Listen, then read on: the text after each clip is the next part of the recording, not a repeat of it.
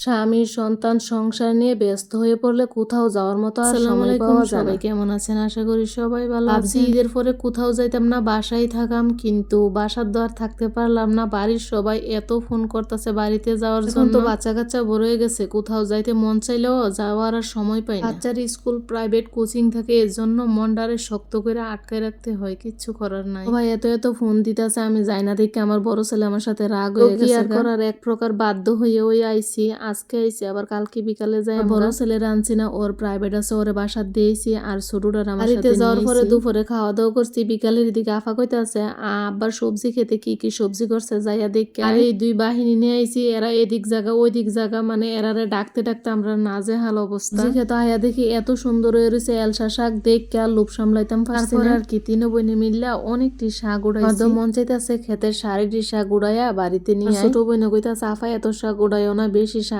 নিলে খাওয়া হইতো না, যতটুক দরকার ততটুকুই শাক উড়াই আনছি। যাই হোক সবাই মিললে তো শাক উড়াইলাম। শাক উড়ানোর পরে শাক কিভাবে বাড়িতে নিয়াম, মানে টেনশন হয়ে গেছে গা। আমরা তো আর জানি না যে জমিনে শাক আছে, আসার সময় কোনো কিছু আনছি। আব্বা তো এখানে অনেক রকমের শাক সবজি লাগাইছে, গাছের গোড়াত পানি দেওয়ান লাগে। তো আফা খুঁজছে আবার একটা বালতি পাইছে, ওই বালতির মধ্যে করে শাক দিয়ে নিয়েছি। আবার গাছের থেকে অনেকটি মরিচ পারছি। তো শখ কইরা শাক উড়াইলাম, কিন্তু শাক দিয়ে খাইতে পারলাম।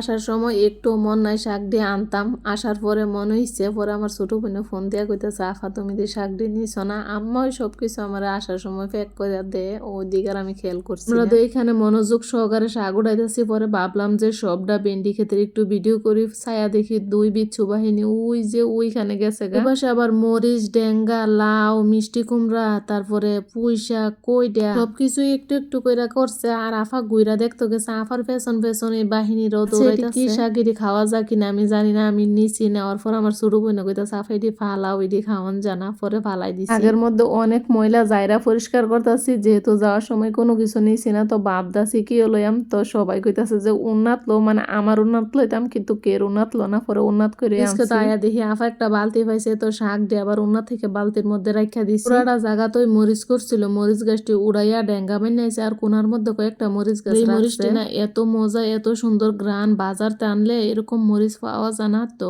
অনেকটি মরিচ পারছি, আপও আনছে, আমিও আনছি। উড়াইয়া টাটকা ফ্রেশ সবজিটা রান্না করলে যে কি মজা লাগে, আমরা বাজারতে যাই না খাই, এরকম মজা কিন্তু পাওয়া যায় না। কেয়ার করার পরিস্থিতি শিকার চাইলে আমরা ফ্রেশ শাক সবজি কোনো কিছুই গ্রামে থাকার একটাই সুবিধা, সবকিছু ফ্রেশ টাটকা পাওয়া যায়। শহরে কিন্তু আমরা চাইলেই ফ্রেশ খাবার খাইতে পারি না। গ্রামের থেকে শহরে সবকিছুরই দাম বেশি, বেশি টাকা দেওয়ার পরেও কিন্তু আমরা ফ্রেশ জিনিসটা পাই না। একটু খোলামেলা পরিবেশ পাই, একটু হাঁটাচলা করতে পারি। এখন হয়তো শহরে থাকি, কিন্তু ছোট থেকে বড় গ্রামই হয়েছে, তাই গ্রাম আমার কাছে অনেক ভালো লাগে।